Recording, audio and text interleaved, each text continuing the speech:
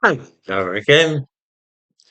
I am a man who tends to be reserved in conversation and reluctant to commit himself. If somebody tells me that the Holocaust or the moon landings never happened, I will usually reply with some vague answer, such as, yes, I've heard people say this, or perhaps, I see what you mean, or, all right. Most right-wing types accept that and everything passes off smoothly. They might move to another subject or shrug, but there's very seldom any ill feeling if I just express myself neutrally about something that they suggest.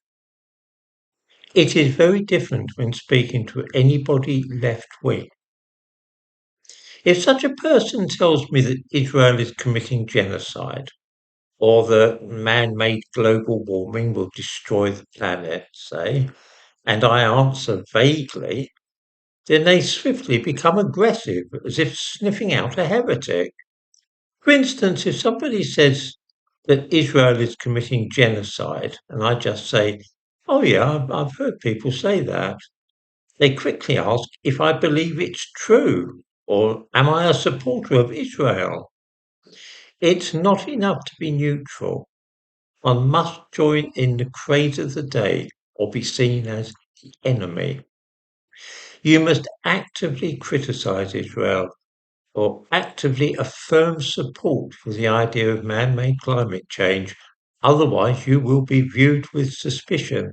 It's the same with any topic that comes up. It's not enough just to say, oh, really, or, I've heard this said before. You actually have to agree. You have to say, yes, I think that man-made climate change is the most terrible thing facing us today. Or, yes, Israel is a dreadful aggressor and committer of genocide. I've been prompted to think along these lines because of the rumour now circulating in some left-wing quarters that I hope to launch nuclear strikes against Africa and commit genocide. An unlikely enough idea, but some people are convinced of it. A year ago, such people were completely persuaded that I wished to round up immigrants and place them in concentration camps after suspending habeas corpus and mobilising the armed forces, of course. You see, sometimes I explain what would need to be done to achieve something being clamoured for in certain quarters. Simply spelling out what something would mean in practice is quite enough to cause some people to claim that I'm encouraging such an end, for the simple reason that I do not express any opinion about the topic or about the idea that I'm mooting. This is what I meant by left-wing people being keen to mark down as an enemy those who do not explicitly endorse or deny certain well, dogmas is, I think, what people call them now. I think we'll dispense with the Latin plurals. I made a video setting out precisely the steps needed for mass deportation of hundreds of thousands of people.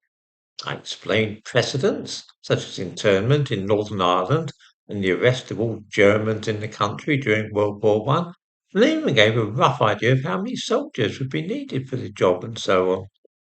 At the end, to indicate my own view, I said that the cure might turn out to be worse than the disease, meaning, of course, that dismantling democracy might be too high a price to pay for achieving this end. Once it was said that I had called immigration a disease.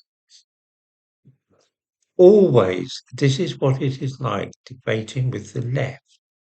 They seldom act with good faith, and the slightest suspicion that somebody does not toe the line on this or that orthodox view, and they at once start calling for that person to be arrested or at the very least banned from Facebook or YouTube.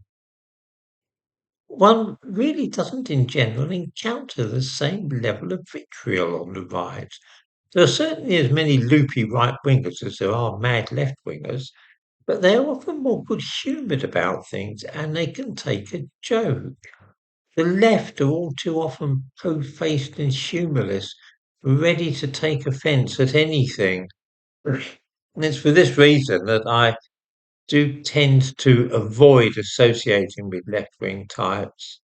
I don't actually hunt out right-wing people to keep company with, but I do notice that they tend to be easier to get along with than communists and far left types.